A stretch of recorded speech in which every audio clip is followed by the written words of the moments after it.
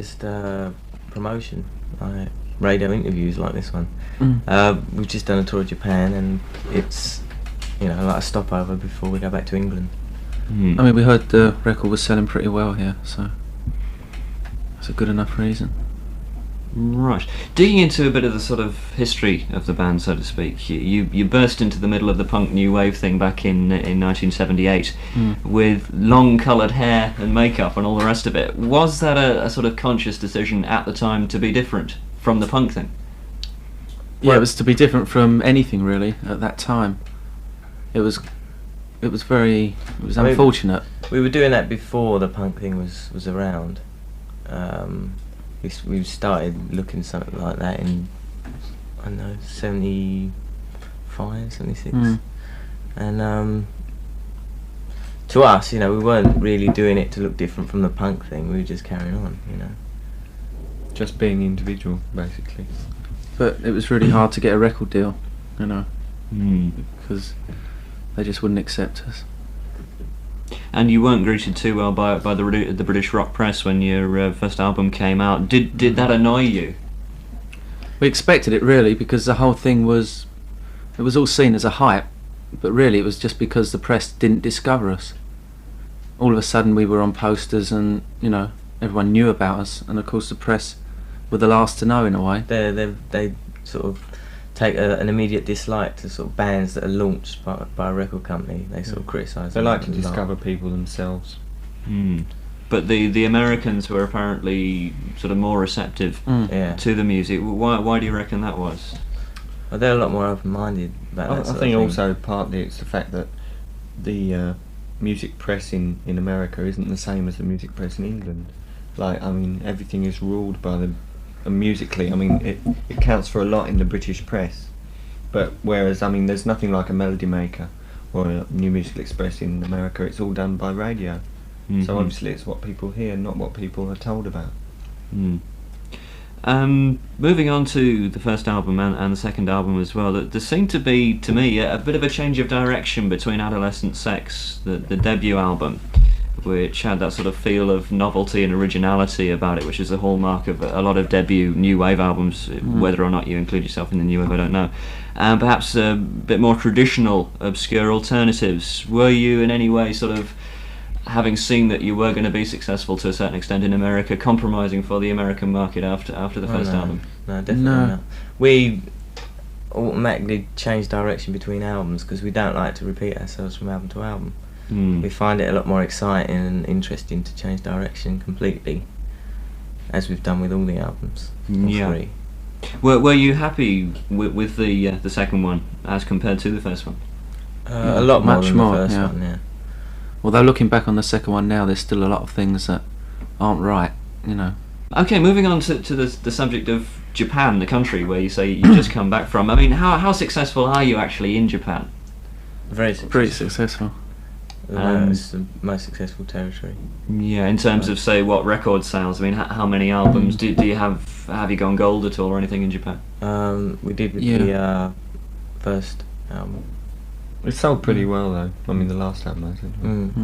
And the tour's been successful, has it? Are you very successful? Yeah. Are you increasing in popularity in Japan, or is it sort of leveling up? It's weird because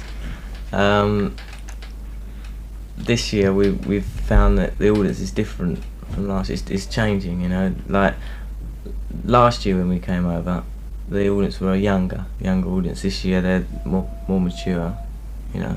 I think it's because of the third album that's done that. Why do you think you have been successful there? Because a lot of people, when the British rock press were getting at you, they implied that you were successful in Japan because of the name. I mean, that has to have an influence. Why do you think overall you have been so successful there?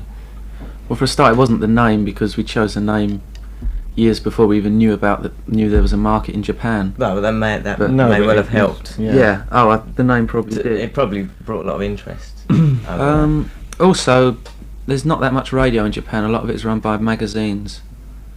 So we appeared in quite a few of these magazines as well. I mean, we just heard one day that the album had been really selling well in Japan, you know, and then people got interested and we started appearing in all these magazines, and it went from there. Yeah. And I'm sure the image had a lot to do with it as well. Yeah. But there's no way that it could be all image without, the music. Yeah, your record company biography puts forward the theory that the gentleness, so to speak, of your appearance fits the Japanese culture. Yeah. You reckon there's anything to that? Yeah, I do. Yeah. I think kids in Japan are a lot more open-minded to that sort of thing. They haven't been brought up to have a prejudice against certain things, so they're immediately more open-minded, and also they're very art conscious. They're very artistic, and that would go, they can see that in another person as well. And did your appearance, which you say sort of came early on, perhaps before the music even, did that influence the name of the band Japan? I mean, where did the name come from? What was your appearance The name contributory to that? has been around for about 5 or 6 years, and we chose that name because we couldn't think of anything else, and it just stuck. Sounded nice. It's got a nice. We like the sound of it. Mm. It was way before we even considered the market or anything. Can you see a point coming where being big in Japan is going to lose its novelty? What, for us or Japan? Yeah. I mean, if you spend a lot of time, presumably, this last tour is not the first tour, is it? By any No, means? we don't. We don't spend a lot of time in Japan. We only tour there once a year. We have, which I last 2 think. years. We won't be going back now for 18 months. Mm. We're not going to sort of, flood their market with us. No. I mean, just do I everything. mean, they're very fickle. They, Yeah. it could all change. But we certainly can't rely on Japan as our market. Mm. It's just another place. And does the sort of the credibility, so to speak, not worry you at all about appealing to the Japanese teeny boppers, for want of a better description, or is credibility a thing which doesn't concern you, and something which didn't concern you when the rock press were knocking you? Doesn't concern us what other people think, really. The Japanese audience in Japan is a very young audience because of their lifestyles. They get to a certain age and they go on to different things. You don't normally get a Japanese person who stays interested in music for a long time. Mm. They're also very critical. I mean, they may seem very fanatical and hysterical, but they are very critical. Moving on now to one of my particular interests in the band, that is your work with Giorgio Moroder, and in particular the single Life in Tokyo, which was one of my favourite singles of last year, in fact, and one of only about a dozen tracks that I brought with me on tape from the UK. How and why did you get involved with Giorgio Moroder? Well, we wanted to experiment with basic elements of disco, because there was a lot of it about at the time when we did this, and we wanted to do something that was us, with disco music. Just try and do something a little more interesting, disco, because it had a very bad name, and rightly so, because there was a lot of bad disco records out. Mm-hmm. It was just wanting to take a style of music and take it a step further, keeping our own personality within the song. Looking at disco in general, from your sort of viewpoint, what sort of disco records do you like? I mean, I personally, although I'm sort of really into the new wave, do like well-produced Bee Gees records, for instance. I mean, have you got a similar wide-ranging viewpoint on music? Well, I like the Donna Summer disco things she's done, and I like disco that isn't commercial disco. I like Kraftwerk, things like that. Mm-hmm. I think Chic are pretty good as well. Yeah. Did you actually go to Munich to record and mix the Life in Tokyo single? No, it was in Los Angeles. You recorded and mixed in Los Angeles? It was all done in 12 hours. The thing was ready in 12 hours. Uh-huh. So Moroder, I mean, he doesn't actually work totally inside Munich then? No. Not anymore, no. He used to, I think, but now I think he's based in LA. What do you think is the magic of Moroder? Because presumably, if he's not based totally in Munich, it can't be the gear that he's built up, unless he's built up similar sets of gear elsewhere. I mean, what has he got about him that? Well, I think a lot of it goes with the people he works with. Like, his engineer is really good, isn't he? Mm.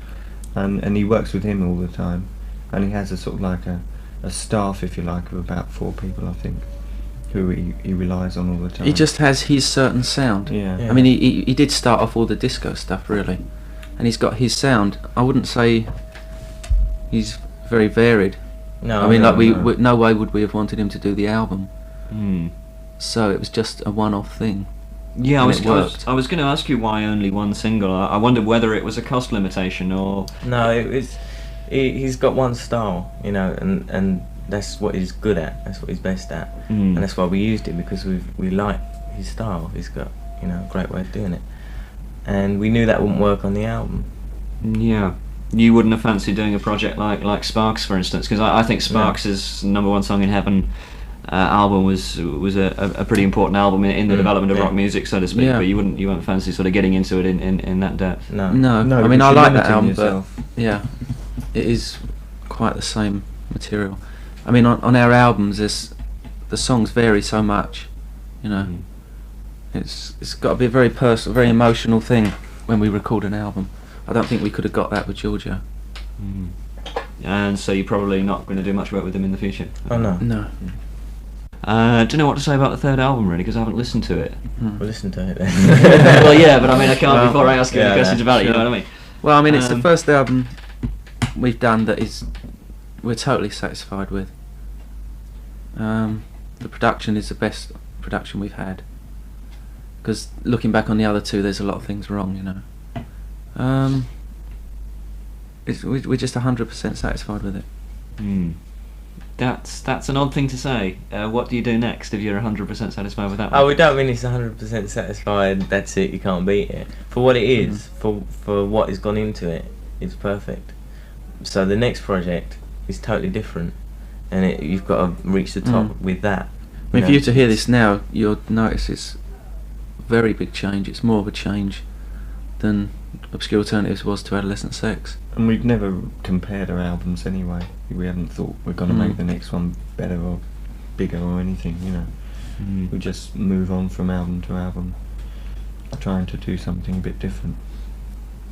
To what extent do you compromise, if at all, to commercial, the commercial angle to things? Well, we like to do things that are commercial, but as long as we're not sacrificing our own personalities in doing it. It can be a challenge to do something commercial, you know. Like Life in Tokyo was. Yeah. You aim to do something commercial with that? Well, yeah, but because disco at the time was very popular, and because we wanted to do something that involved disco music. So what are your future plans now? You've finished your tour in Japan. You're in Hong Kong. You're going back to the UK. We've got to go back to England to promote the new single. It isn't on the album, and then probably America for touring. We'll probably record the next album in America.